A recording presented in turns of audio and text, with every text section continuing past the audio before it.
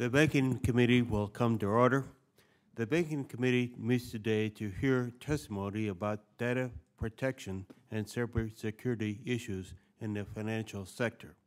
Over the past 12 years, the committee has enacted several pieces of legislation to protect consumer data held by financial institutions. Federal financial regulators under the committee's jurisdiction have issued extensive rules and guidance on data practices that require institutions they regulate to keep data secure, notify customers and regulators when breaches occur, authenticate customers, and notify customers about how their sensitive information may be used. Recent high-profile data breaches at major institutions within the financial sector and elsewhere underscore the importance of cybersecurity for the American economy. Breaches are disruptive and raise the potential for financial fraud, identity theft, and potentially severe threats to our national economic security. This is an important issue that deserves the committee's careful attention and continued oversight. Today, I invite the witnesses to share their views in three areas: the current regulation of data practices affecting financial institutions and their customers, the current state of data privacy protection, data breaches, and cybersecurity in the financial sector, how legislative proposals such as the administration's cybersecurity bill would affect financial institutions and would interact with existing regulation. I look forward to the testimony of our witnesses and to the question and answer period. Are there any other members who would like to give opening remarks? Mr. Chairman. Senator Reid. Mr. Chairman, just very briefly, I want to commend you for holding this very timely hearing. And the cyber dimension is something that is evolving so quickly, huge consequences, not just in the realm of financial information, but in national security policy. And it's almost as if we are sort of in the same position our predecessors were in 1920, trying to figure out how to use the airplane, whether it was a novelty or a fundamentally game-changing, and obviously it was fundamentally game-changing. So thank you, Mr. Chairman, for your thoughtful hearing. Senator Reid. Well, thank you very much, Mr. Chairman. Thank you, gentlemen, for your excellent testimony. Let me just raise a few issues. Professor Streff, you pointed out that, or suggested in your comments, that the location of data centers here versus overseas tend to build in a level of protection because of our laws, but it raises a larger question of the international application of any of the standards we develop, and a related question of we could have a very sophisticated national regime of protection, but if it's an international economy, the back doors could be elsewhere. So I wonder if you could comment and then ask your colleagues in the panel to comment on that. Sure, thank you. I like the administration's proposal of identifying and prioritizing critical infrastructure protection, critical infrastructure that we depend upon, and then based on that, making decisions regarding protection.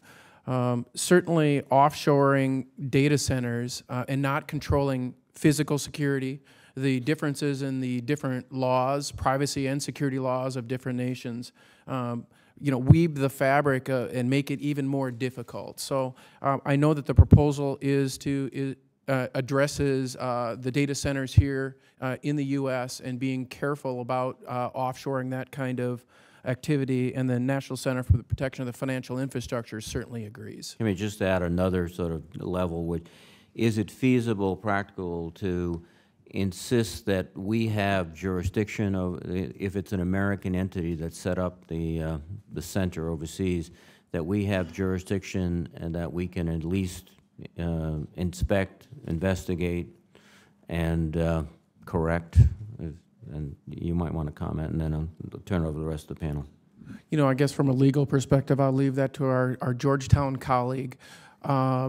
But certainly from our perspective, what we're seeing is there are certainly ways that you can, you know, audit those kinds of organizations just like they do here in the U.S. in terms of like service providers and data aggregators and things like that.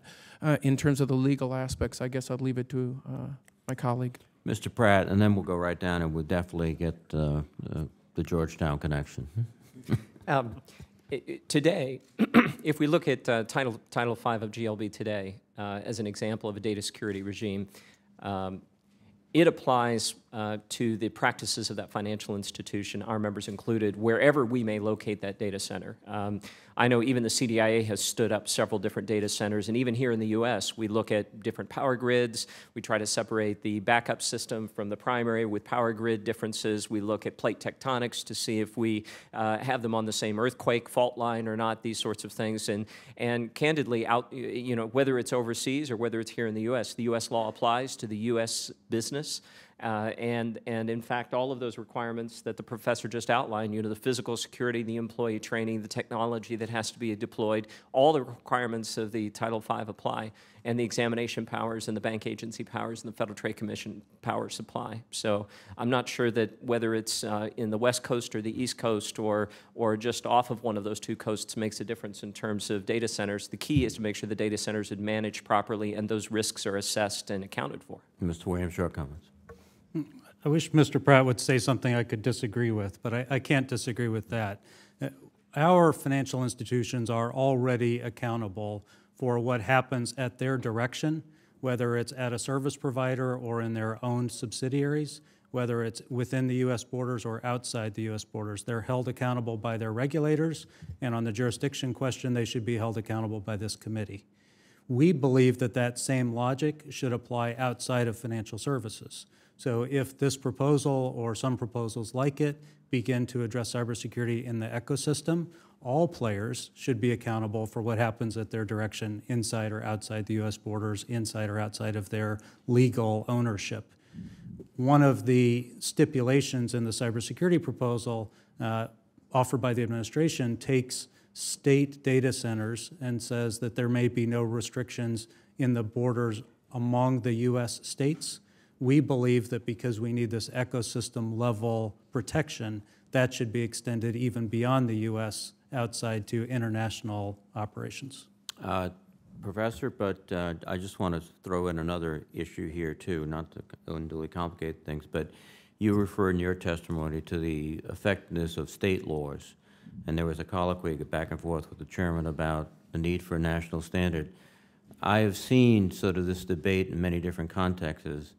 And a national standard is terrific if it's tough and strong and reaches all the players. It's less effective, and we saw this in particular in the case of predatory lending, when the national standard is rather low and state standards, much more effective, are legally sort of avoided under federal regulatory preemption. So you might want to comment on that in this context too. Senator, these are the two critical issues. With respect to preemption, I certainly appreciate the position of the business groups. I'm sure that a national standard would be easier to administer, but I think it's very important to look at the practical effect when a low national standard removes higher state safeguards. And even the states themselves have learned that they don't always get it right the first time. That very good California breach notification law covered only financial institutions. They had to come back and update the law to deal with medical record information when they realized they would have a problem there. So that's another reason I would urge caution on a federal standard that ties the hands of the states. Now, the other question you raised, Senator, is also key in this area. We are in a global economy with global businesses. Particularly with the internet, people are purchasing products all around the world, and a lot of customer data moves around the world, particularly now that we have cloud computing services that are offered in many different jurisdictions. We have actually worked with the administration to urge the development of a comprehensive framework for privacy protection, and there is interest. In fact, part of the White House cybersecurity strategy talks about the need to strengthen privacy safeguards for commercial data flows, particularly between the United States and Europe. We hope they'll go further for many of the reasons that you've outlined. The Europeans are also concerned about what happens to their financial data. There is a need to establish there a common framework with clear legal protections. And I think what you're reading now about data breaches, of course, it's not just customers in the U.S., it's people all around the world. Senator Reid, from a law enforcement perspective, storing data overseas does pose a challenge to law enforcement. Let me give you the example of look at it from the point of view of a crime scene. Now we have a crime scene that instead of just being located within the United States is located in different parts of the world, posing challenges to the type of legal process that we can obtain to obtain that information. Is there a legal process, in that country where I seek that information that's pertinent to my case? How long will it take me to obtain that information? I now might have to do what's referred to as a mutual legal assistance treaty request to that specific country. The violation that I am investigating the criminal for, is that a covered violation within that country's legislative process? We have been encouraging our international partners to join in the Budapest Crime Convention, because it talks about establishing cybercrime legislation like this throughout different countries around the world. But it does pose challenges to us, and it makes it much more difficult, and it takes more time for us to obtain that information. There are extraterritorial violations. For example, even in the area of identity theft, credit card fraud has an extraterritorial section to it where we could, use that part of the statute to prosecute people who commit credit card fraud using U.S. accounts domestically. But I think it is a challenge that will be tested here sooner rather than later.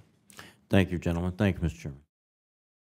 I want to thank the witnesses for the testimony on this important issue. I think that today's hearing yielded some good information for us to review as we consider this issue going forward. Thanks again to my colleagues and our panelists for being here today. This hearing is adjourned.